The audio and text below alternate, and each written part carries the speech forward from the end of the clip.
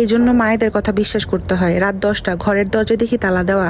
মায়ের কল আসলো, ধরতে ওই পাশ থেকে মা বললেন, তোর বাবার সাথে তোর মামার বাসায় আসলাম, তোর নানু বেশ অসুস্থ, তাই রান্না করা আছে, তুই খেয়ে নিস। আর দরজা জানালা সব লাগিয়ে গেলাম, তুই সদর দরজা ভেতর থেকে তালা দিয়ে ঘুমিয়ে পড়িস, চাবি পাশের বাসার তোর শিবলি দাদার কাছে। তারপর কল রেখে দিলেন। আমি চাবি এনে দরজা খুলে ভিতরে ঢুকলাম। মনে হচ্ছিল ঘরে প্রাণ নেই, মনে হচ্ছে ঘরটা যেন মরে আছে। আমি গোসল করে বের হতে ঠিক উপরের সিঁড়ি ঘরে কে যেন গুনগুন করছে এমন শব্দে দাঁড়িয়ে পড়লাম। না, কোনো শব্দ নেই। রান্নাঘরে গিয়ে তরকারি গরম করে নিলাম, খেতে বসবো। এই সময় সশব্দে আমাদের ছাদে কি যেন একটা পড়লো, এমন শব্দ পেলাম। পাত্তা দিলাম না, খেয়ে বসে বসে মোবাইলে ফুড ব্লগ দেখছি। এমন সময় মনে হলো আমার রুমের সামনে কেউ দাঁড়িয়ে আছে।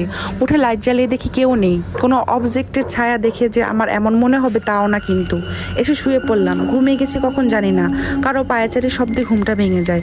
অন্ধকারে কিছু দেখতে পাচ্ছি না। আমার রুমের দরজা লক করা ছিল ভেতর থেকে, আওয়াজ পাচ্ছি